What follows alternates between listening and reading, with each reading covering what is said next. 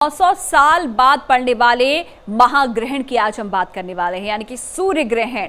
कैसा होगा ये सूर्य ग्रहण, ये बताएंगे आपको अपनी इस खास पेशकश में, जहां पर मेरे साथ मौजूद होंगे खास मेहमान। मेरे साथ स्टूडियो में मौजूद हैं पंडित शैलेंद्र पांडे जी, बहुत बहुत स्वागत है शैलेंद्र जी आपका। मेरे साथ है भावना शर्मा जी, भावना जी आपका भी बहुत बहुत स्वागत है। प्रतीक भट्ट जी मेरे साथ जुड़े हुए हैं स्काइप से, प्रतीक जी आपका भी स्वागत है। और सचिन शिरोमणि जी भी मेरे साथ जुड़े हुए हैं, बहुत बहुत स्वागत है सचिन जी आपका भी। तो सूर्य ग्रहण पर क्या होगा इस बार, ये हम जानने की कोशिश करेंगे। लेकिन जो कनेक्शन की बात हम कर रहे हैं, फिर चाहे वो सूर्य ग्रहण का भूकंप से कनेक्शन हो या फिर 900 साल बाद पड़ने वाले इस महाग्रहण की बात हो, तो चलिए इसको थोड़ा समझने की कोशिश करते हैं। सबसे पहले शैलेंद्र जी से। देखिए रेखा, जैसा आपने कहा कि 900 साल बाद ये संयोग बना है। दरअसल इसमें दो चीज़ें बड़ी महत्वपूर्ण हो जाती हैं। एक चीज़ ये कि ये ग्रहण सीरीज में पड़ रहा है, एक साथ 3 ग्रहणों की जो श्रृंखला है उसमें दूसरा ग्रहण है। एक तो ये बात बहुत खास है। दूसरा ये है कि इस बार के सूर्य ग्रहण में एक नहीं, दो नहीं, बल्कि 6 ग्रह वक्री हैं। राहु केतु को हटा भी दें तो कम से कम 4 वक्री ग्रहों के साथ ये सूर्य ग्रहण पड़ रहा है। तो बड़ा अहम सूर्य ग्रहण है और 2 मामलों से ज़्यादा अहम है, क्योंकि इस समय देश दुनिया रोगों से, बीमारियों से परेशान है, उस पर इसका असर पड़ेगा।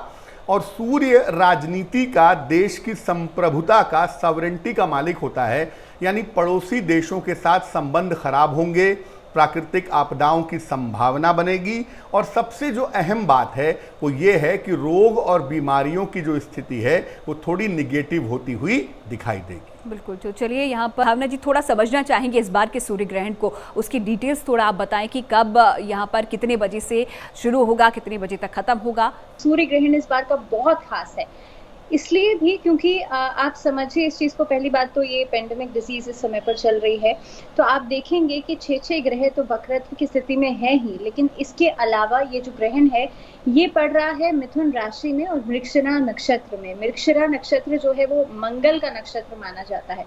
इस समय पर आप देखेंगे कि मंगल का ट्रांजिट भी अभी रिसेंटली होगा, और जब 18 जून को मंगल का ट्रांजिट होगा तो शनि जो है वो मकर राशि में स्थित वक्रत्व की स्थिति में तीसरी पूर्ण दृष्टि देंगे, जिससे कि प्राकृतिक आपदाओं का खतरा और ज्यादा बढ़ सकता है। तो आप समझिए इस महीने का, जून के महीने का ये जो लास्ट के 2 वीक रहेंगे वो नेचुरल कैलामिटीज के लिए बहुत ज्यादा इफेक्टिव हो सकते हैं। आपको बार बार ऐसी भूकंप की खबरें जो हैं बार बार सुनने को मिल सकती है।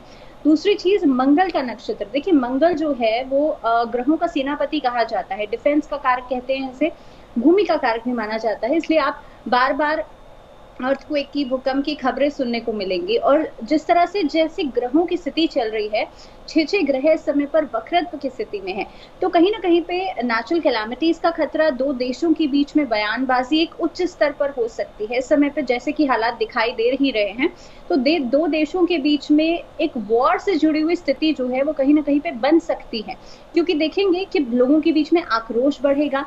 मंगल और शनि की जो स्थिति मैंने बताई, ऐसी स्थिति में जो जनता के बीच में गुस्सा है सरकार के प्रति वो बढ़ सकता है। आगे आपको जून मिड जून एंडिंग तक और जुलाई स्टार्टिंग तक, क्योंकि एक और ग्रहण पड़ेगा 5 जुलाई को जो कि चंद्र ग्रहण रहेगा। तो बैक टू बैक इतने सारे ग्रहण जब पड़ते हैं, और चंद्र ग्रहण खासतौर पे जो है क्योंकि आपके मानसिक तौर से आपको ज्यादा प्रभावित करता है, इस बार का जो सूर्य ग्रहण पड़ेगा वो खास तौर पे आपको मान सम्मान पे, क्योंकि सूर्य कारक माना जाता है किसी उच्च पद का, सत्ता का कारक माना जाता है सूर्य। और जिस तरह से मिथुन राशि में पड़ता है, तो मिथुन राशि में आप देखेंगे मिथुन राशि कहीं ना कहीं पे एयर ट्रैवल को भी दिखाती है, जिसकी वजह से कोई भी वायु दुर्घटना की संभावनाएं बन सकती हैं। इस तरह की जो स्थितियां हैं वो बनती हुई नजर आ रही है। बहुत इंपॉर्टेंट बात यह भी है कि आने वाले समय में आपको किसी बड़े नेता की या अभिनेता की भी मृत्यु की खबरें हो सकता है कि दोबारा मिल जाएं। तो ये ग्रहण कहीं ना कहीं पे बहुत ज्यादा प्रभावशाली रहेगा। भारत के अलावा और देशों में भी दिखाई देगा। टाइमिंग की बात कर लें तो 21 जून को सुबह 10:20 से शुरू हो जाएगा। इसका जो मध्याह्न का समय रहेगा वो 12:07 का रहेगा, और एंडिंग जो होगा यानी कि मोक्ष काल जो रहेगा वो 2:30 बजे के करीब रहेगा। इसके अलावा ये इंडियन टाइम के हिसाब से मैंने आपको बताया। साथ ही में सूतक काल, जैसे कि शैलेंद्र जी ने भी कहा, इस बार सूतक लगेगा क्योंकि हमारे शास्त्रों में कहा जाता है जहां पर ग्रहण विजिबल है, इक्लिप्स विजिबल है, वहां पर सूतक जो है वो मान्य रहेगा। अब सूतक की बात कर लें, 20 जून को रात को 9:57 पर सूतक लग जाएगा। तो आपको सारे नियमों को पालन करना है।